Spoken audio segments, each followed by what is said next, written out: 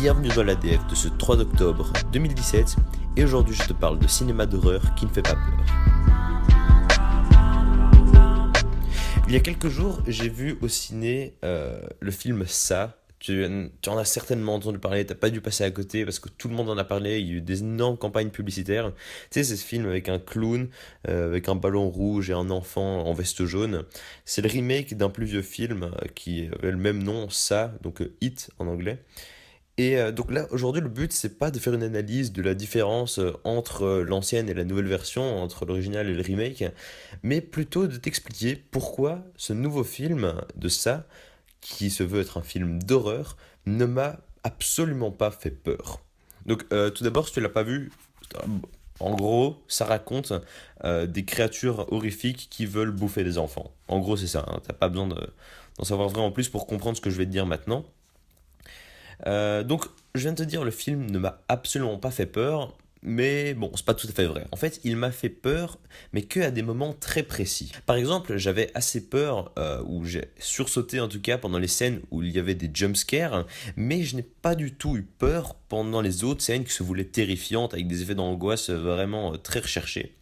Je te rappelle rapidement ce qu'est un jumpscare. Un jumpscare, c'est en fait le fait de faire sursauter le spectateur en faisant apparaître quelque chose assez brusquement à l'écran avec un son très fort. Et en gros, le gros de la peur est basé sur l'effet de surprise plutôt qu'autre chose. Donc là déjà, c'est une grosse différence avec le film d'origine, hein, parce que dans le film d'origine, le film installait une ambiance angoissante et il n'y avait pas d'autre effet de surprise pour créer la peur. Et justement, c'est une des dérives du cinéma d'horreur actuel, plus moderne, c'est qu'il y a énormément de jumpscares, d'effets qui font peur brusquement, parce que c'est beaucoup plus facile à refaire, c'est beaucoup plus facile de faire peur comme ça, il n'y a pas d'ambiance à installer, mais bon, c'est pas le sujet, c'est pas du tout ça que je vais amener aujourd'hui. Alors, pourquoi je n'ai pas eu peur? La réponse peut te sembler assez stupide, mais je vais m'expliquer. C'est parce que le film était trop irréel. Alors, c'est, selon moi, une des grandes règles du cinéma d'horreur. Alors je dis bien selon moi, hein, c'est juste mon avis, mais pour moi, la peur naît du réel.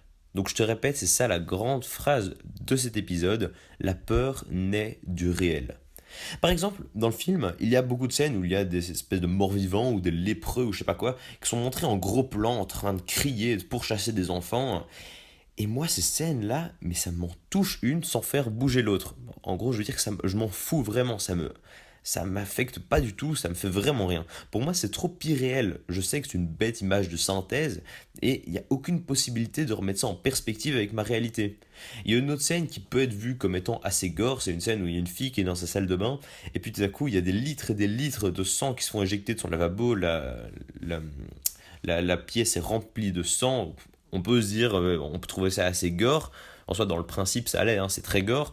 Mais c'est trop irréel parce qu'on sait très bien que, enfin, il n'y a jamais des litres et des litres comme ça de sang qui vont tout à coup sortir de ton lavabo et qui vont inonder toute ta pièce, hein.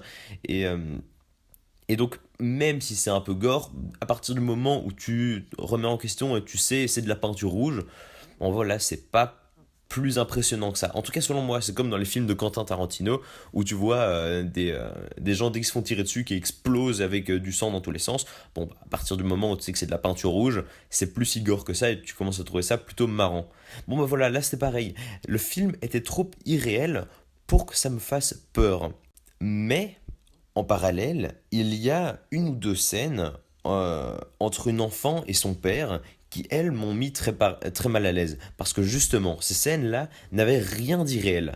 C'était une bête conversation entre un père et une fille, mais c'était très très malaisant parce qu'on ne savait pas exactement les intentions qu'ils avaient, ce qu'ils pouvaient leur faire. Il n'y avait absolument aucun monstre, aucun effet gore, aucun trucage cinématographique.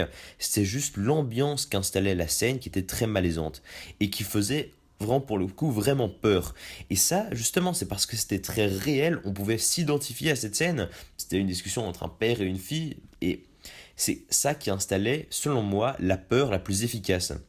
Un autre exemple pour illustrer ce que je dis, c'est un court métrage qui est disponible sur internet, que tu peux aller trouver, qui a été réalisé par Timothée Hochet. Ça s'appelle Somnambule et c'est sur la chaîne de Studio Movie. C'est une des filières de Studio Bagel. Donc ça, c'est des chaînes YouTube, tu peux aller voir. Donc le court-métrage Somnambule de Timothée Hochet. Et pendant ce court-métrage, donc qui a duré environ 10 minutes si je me souviens bien, je me suis littéralement chié dessus. Donc j'avais vraiment peur, je suis désolé d'être aussi vulgaire, mais justement ce court-métrage m'a vraiment foutu les boules parce que ça n'avait rien d'irréel justement. C'était une somnambule, donc effectivement c'était peut-être pas spécialement véridique, mais il y avait une identification beaucoup plus forte. On pouvait remettre ça en perspective avec notre monde à nous, parce qu'il n'y avait à aucun moment une espèce de monstre qui sortait de nulle part. Et donc l'angoisse créée par le court-métrage était, elle, beaucoup plus forte. Alors voilà, c'est pour ça que je te dis que le film, ça, ne m'a pas fait peur, mais j'ai pourtant adoré ce film car ça m'a justement permis d'avoir cette réflexion. Donc voilà, j'espère que j'ai réussi à te faire comprendre mon point de vue, que selon moi, la peur au cinéma, eh bien, elle naît du réel. Sur ce, si tu as un autre point de vue que moi, ou si toi, justement, les créatures de synthèse comme ça, dès que ça a une tête un peu spéciale, ça te fait peur, eh ben, tu peux me le dire, tu peux réagir à l'épisode en m'envoyant un email à mon adresse mail arthurdfacontact@gmail.com. Moi, je te dis à demain pour un prochain épisode. Salut.